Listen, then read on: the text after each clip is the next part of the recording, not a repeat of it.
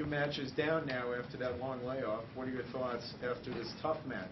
Yeah, you know, it's always good to have a tough match, I think, or a tougher match, and kind of a match where you have to challenge yourself against your opponent and the conditions and everything, and just continue to stay tough and to stay positive. And I was happy to do that today. We always have very competitive matches, so I know it's not going to be something that I'm going to just walk through when I play against her. I have to be really focused and really ready to take every point, or else she will. So, you know, it was a good challenge.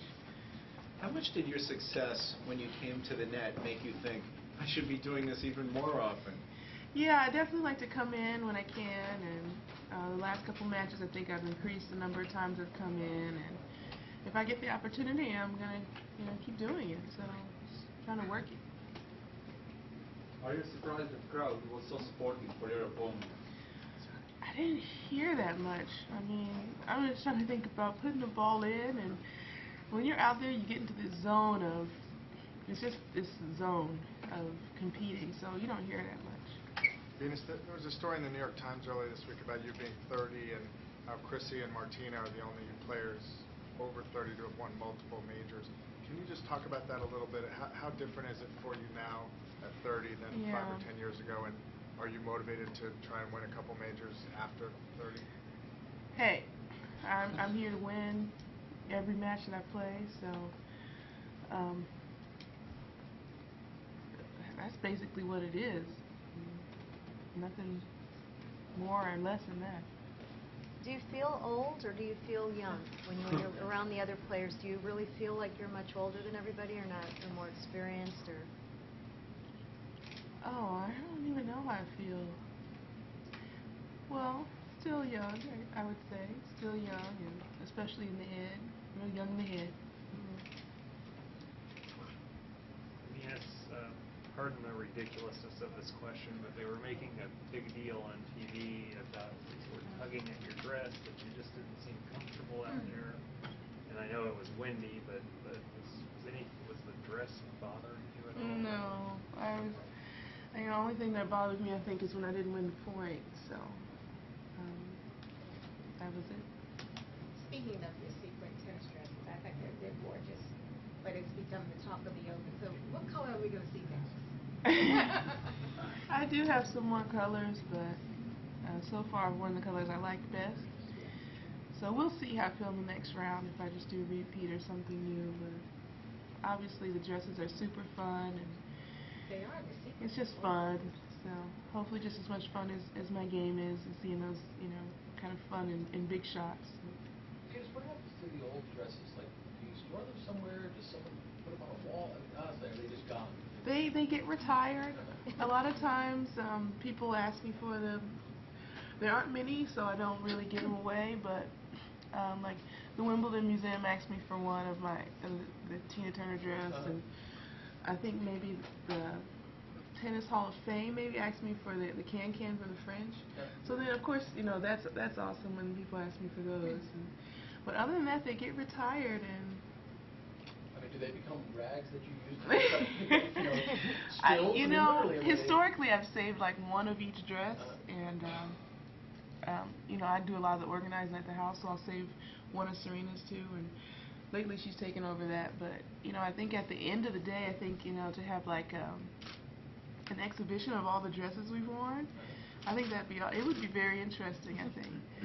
So hopefully that'll happen one day. When you're in a major, does the psychology of what you're doing change at all as the tournament goes? I mean, do you start smelling the finish line, or?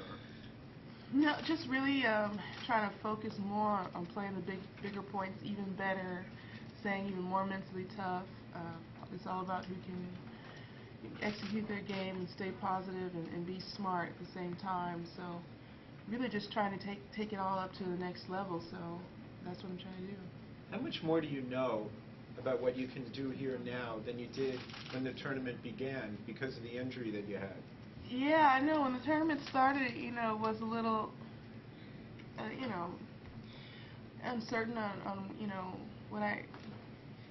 how I would hit the ball in the match. So it's just, you know, very exciting to obviously be here and hitting well and getting the games on my side. So that's what I want to continue. And I haven't played as much as the other players, but still I'm getting the win, so that's what's important.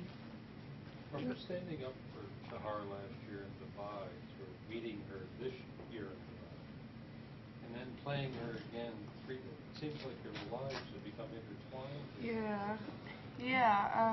It is funny. We do play a lot of big matches and big events like here, or Madrid, or Dubai. Big matches, and I respect her as a player. And even though we have a certain special history together, it's almost like I know she would have done the same thing for me or any other player. And just as women on the tour, I think that we all support each other enthusiastically. So in a way, it's not something too huge. She said during the press conference that you seem to really understand what she went through. And can you just talk about that? I mean, why you can empathize with what she went through? Well, I think just because of my history, too, as an African American, and my parents both came from the South in the 40s and 50s. And just that it was an outrage, really. Just like, are you serious? Can you really exclude someone? And this is professional tennis in 2010, and we're all athletes here.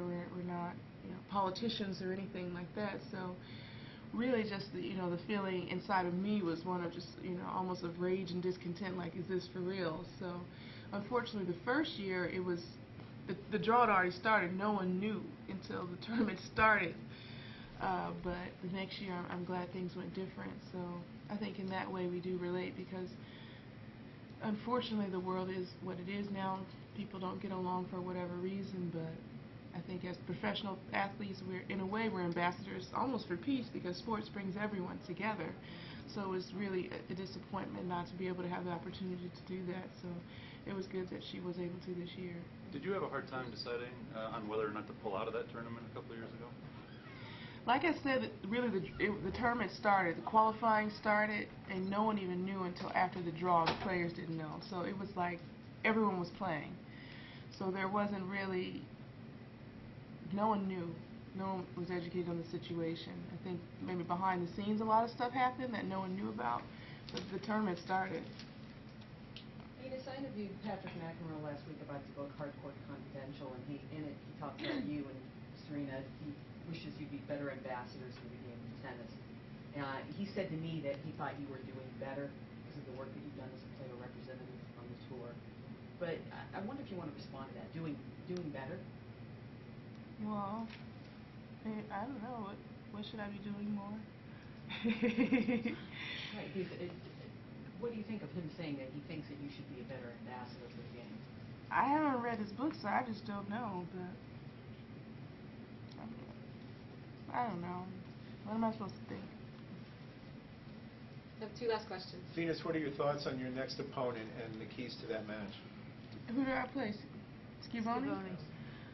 Yeah, we've had some tough matches, and I've had some matches where I've been down a set and then a couple of breaks and still was able to win, and so she's definitely had some opportunities to win against me, and obviously her game is better than ever now. I mean, seems like everybody's hitting their stride at 30, so, so it's a new 20. So definitely two of us going after it and trying to take that spot in the semifinals. But I'm hoping that my experience will help me just like it did today, where I've had my opponent in some tough situations and still able to win. So hopefully that experience will help me. You've had a lot of really great matches this year, but a couple have been really not so good. What can you do when you're having one of those bad matches to stop the momentum going against you? I think just to stay positive. I think in some of my matches that were bad, at least in the ones that I, was feeling pretty solid, I mean, physically, I think I expect so much from myself that I just get a little disappointed that I wasn't playing as well. So it's important not to really care whether or not you miss that last shot or the last 20, just to focus on the next one. So it'll just be important for me that, okay, hey, maybe I'm not playing as well as I expected, but it doesn't matter. Just get the ball in the court. So you don't alter the strategy. I'm sorry to interrupt you. You don't alter the strategy mid-match, or whatever it might take needs to be done. It's a good suggestion. One last question. Do you enjoy the challenge of the spin that she puts on the ball? You know, I think she definitely puts a lot of spin on the ball. And, most of the top players, most of us hit pretty flat and through it. So it is a different game, and she uses that really effectively. I mean, I think even in Australia this year, I played her a couple times this year where I've been down. So it was because she played so well, and especially with the spin. Does the hard court neutralize that somewhat, or change the game obviously? I don't know. I think she's pretty used to the hard court tennis because the whole tour is pretty much on hard court. So I think everyone is pretty. I mean, even in Europe, I think in the winter you have to play indoors and on a hard surface. So I'm not sure about that. I think she feels pretty comfortable. Thank you guys. Thank you. Thank you.